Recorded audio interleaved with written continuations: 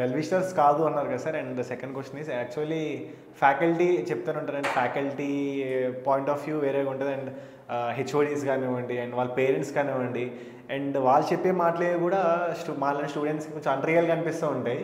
So ఎవరి perspective నుండి correct అంటే లైక్ ఫ్యాకల్టీ చెప్పేది కరెక్ట్ అన్నట్ట, లేదా స్టూడెంట్స్ అనుకునేది కరెక్ట్ అన్నట్ట? 100% పర్స్పెక్టివ్ కరెక్ట్ వర్డ్ వాడావు. వీళ్ళకి ఎంతసేపు ఫ్యాకల్టీ చెప్పేది సోది, వాళ్ళకి ఏదో గెయిన్ ఉంది కాబట్టి, వాళ్ళకి ఏదో బెనిఫిట్ ఉంది కాబట్టి చెప్తున్నారు. దాంట్లో 50% వాస్తవం ఉండొచ్చు. బట్ ఎప్పుడైతే గ్రే షేడ్, నేను అన్నాను కదా, నీకు ఒక హేటెడ్ క్రియేట్ చేసుకున్నాం, ఈ కమ్యూనిటీ మాది కాదు, పేరెంట్ కమ్యూనిటీ మాది కాదు, మా ఫీలింగ్స్ని అర్థం చేసుకోదు, మాకున్న టాలెంట్ వీళ్ళకి తెలియదు. మరి నీకున్న టాలెంట్ నీకు తెలిసినప్పుడు ఓకే, నీకు ఫస్ట్ క్లారిటీ ఉండాలి. కమ్యూనికేషన్ గ్యాప్ అనేది ఎందుకు వస్తుంది అంటే clarity, lack of clarity of thought. Yes, చాలామంది ఇక్కడ ఒక చాలా మిస్పర్సెప్షన్లో ఉన్నారు కరెంట్ జనరేషన్. ఏంటి అంటే I'm fully confident, confidence is everything. కాన్ఫిడెన్స్ని డామినేట్ చేసే క్వాలిటీ ఏంటంటే క్లారిటీ. మీకు ఎగ్జాంపుల్ చెప్తాను, ఒక మెటఫర్. ఒక ఎక్సలెంట్ టాలెంటెడ్ డ్రైవర్, నువ్వు 4 వీలర్ సూపర్గా డ్రైవ్ చేస్తావు. నేను ఒక కొత్త ప్లేస్కి ఇచ్చి ది బెస్ట్ కార్ ఇచ్చాను, దాంట్లో జీపీఎస్ లేదు. జీపీఎస్ లేని కారు ఒక సూపర్ టాలెంటెడ్ డ్రైవర్కి ఒక ఎక్సలెంట్ కార్ ఇచ్చి నడపమంటే కాన్ఫిడెన్స్ కూడా అంతంత మాత్రమే ఉంటుంది. డబుల్ చెక్ చేసుకుంటూ త్రిబుల్ చెక్ చేసుకుంటూ పోతాడు. So when does actually confidence pay of? Clarity ఉన్నప్పుడు కాన్ఫిడెన్స్ పే ఆఫ్ అవుతుంది. సో అక్కడ కమ్యూనికేషన్ గ్యాప్ వస్తుంది. పేరెంట్స్ ఎంత లేకున్నా, ఓకే నీ పేరెంట్ గ్రాడ్యుయేట్ కాకపోవచ్చు, పోస్ట్ గ్రాడ్యుయేట్ కాకపోవచ్చు, ఫార్మరే అవ్వచ్చు నీ పేరెంట్, కానీ నీ పేరెంట్కి ఎక్స్పీరియన్స్ ఉంది. నీ పేరెంట్ ఒక ఫామ్ని ఒక ఇయర్లో ఒక 2 క్రాప్స్ ప్రొడ్యూస్ చేస్తున్నాడు అంటే ఎడ్యుకేషన్ లేకపోవచ్చు, కానీ ఆ ఫామ్ని ఎండలో చూశాడు, వానలో చూశాడు, డ్రాట్లో చూశాడు, తుఫాన్లో చూశాడు, అండ్ స్టిల్ క్రాప్ని ఈల్డ్ చేశాడు, నీకు ఏదో ఒకటి చేశాడు, నువ్వు ఇక్కడ ఉన్నావు. అంటే నీ పేరెంట్ నీకు ఎందుకు చెప్తున్నాడు అంటే నీకన్నా టాలెంటెడో నీకన్నా ఎడ్యుకేషన్ ఉందో కాదు, ఎక్స్పీరియన్స్ తోటి చెప్తున్నాడు. And experiences apply in any field, అప్లికబుల్గా దాందే పై హ్యాండ్ ఉంటుంది.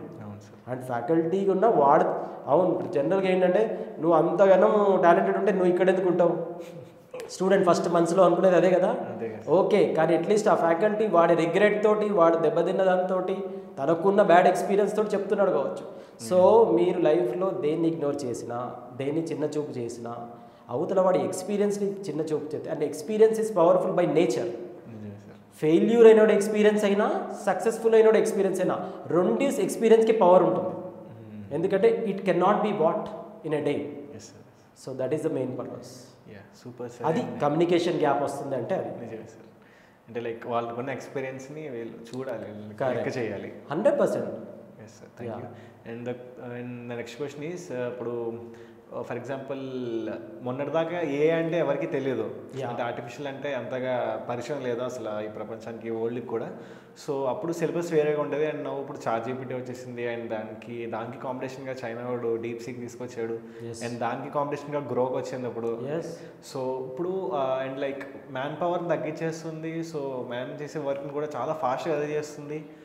సో ఇప్పుడు సిలబస్ని చేంజ్ చేస్తూ ఉన్నారు, and like a related and like a data science and చాలా. అప్పుడైతే సిఎస్సి ఒకటే ఉండేదంట, ప్రతి CSE, AML, CSE, data science అన్నీ రిలేటెడ్ టు ఏఐకే ఉంది. కరెక్ట్. సో సిలబస్ చేంజ్ చేయడం వల్ల ఇప్పుడు ఆ సిలబస్ చదివితే యూజ్ ఉందా? అసలు వాట్స్ ద యూజ్ అని?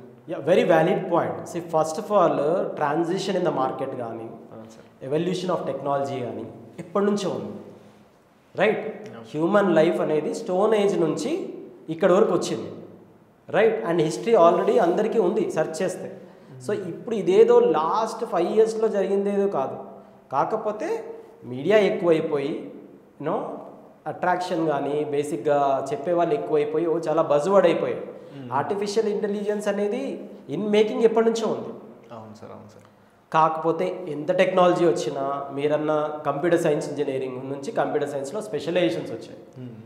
కానీ అల్టిమేట్గా ఫస్ట్ ఆఫ్ ఆల్ ఎన్ని స్పెషలైజేషన్స్ వచ్చినా, సిఎస్సిలో AML, IoT, cyber security, data science, or ఈసీలో మళ్ళీ స్పెషలైజేషన్స్ ఎన్ని వచ్చినా, ఇంజనీరింగ్ అనేది ఫస్ట్ నీకు డెఫినేషన్ తెలిసి ఉండాలి. What is engineering? Solving a particular problem. అల్టిమేట్గా engineering or any professional course is identifying problems understanding the problem, solving the problem. దీని మెకానిజం ఎప్పటికీ ఇన్బిల్ట్ ఒకటే ఉంటుంది. దానికి కావాల్సిన మైండ్ సెట్ ఒకటే ఉంటుంది. దానికి కావాల్సిన ప్యాషన్ ఎప్పుడూ ఒకటే ఉంటుంది. దానికి కావాల్సిన అప్రోచ్, దానికి కావాల్సిన పేషెన్స్ ఎప్పుడూ ఒకటే ఉంటుంది. కాకపోతే నువ్వు సాల్వ్ చేసే ప్రాసెస్లో కొత్త కొత్త టూల్స్ యాడ్ అవుతున్నాయి, రైట్? సో ఇప్పటికి కూడా నువ్వు సిఎస్సిలో ఏఎంఎల్ తీసేసుకున్నాను, సీట్ ఎక్సలెంట్, ఇంకా నా కెరియర్కి తిరుగులేదు అంటే ఇట్ ఈస్ స్టూపిడిటీ, రైట్? పొద్దున్న లేస్తే ఒక ప్రొఫెషనల్ కోర్సులో నువ్వు ఈ సొసైటీకి ఏం యాడ్ ఆన్ చేయకపోతున్నావు, అది ప్రైమరీ ప్రోడక్ట్. నీ జాబు, నీ కెరియరు, నీకు వచ్చే కంఫర్ట్స్ అన్నీ బై ప్రోడక్ట్స్. అలా థాట్ ప్రాసెస్ పెట్టుకున్నప్పుడు మీకు ఇక్కడ ది బెస్ట్ మెటఫర్ 3 Idiots. 3 Idiotsలో ఆమెతో పాటు మిగతా హీరోస్ మాధవన్కి కానీ మిగతా అందరికీ కానీ రూమ్మేట్స్కి టాలెంట్ ఉంది. ఎక్స్ట్రా ఒక లేయర్ ఏదైతే ఆమిర్ ఖాన్కి ఉందో అది క్లారిటీ, అది ఎండ్ పర్పస్. ఆమిర్ ఎప్పుడేమంటాడు, ఎండ్ పర్పస్ చూడమంటాడు. అందుకే ఆమిర్ మెయిన్ క్యారెక్టర్, లాస్ట్లో he achieves what he achieves.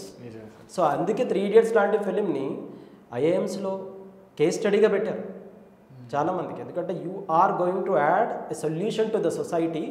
ఇవన్నీ జనరేషన్స్ ఉండాలి. వై ఐన్స్టీన్ ఇప్పటికీ ఇప్పుడు నీకు చాట్ జీపీటీ ఎవరు కనిపెట్టారు అని చెప్పి వాళ్ళని ప్యాటర్నైజ్ చేయట్లేదు, రైట్? రోబోటిక్స్ ఎవరు తీసుకొచ్చారని చెప్పేసి వాళ్ళని ఎవరు వర్షిప్ చేయట్లేదు.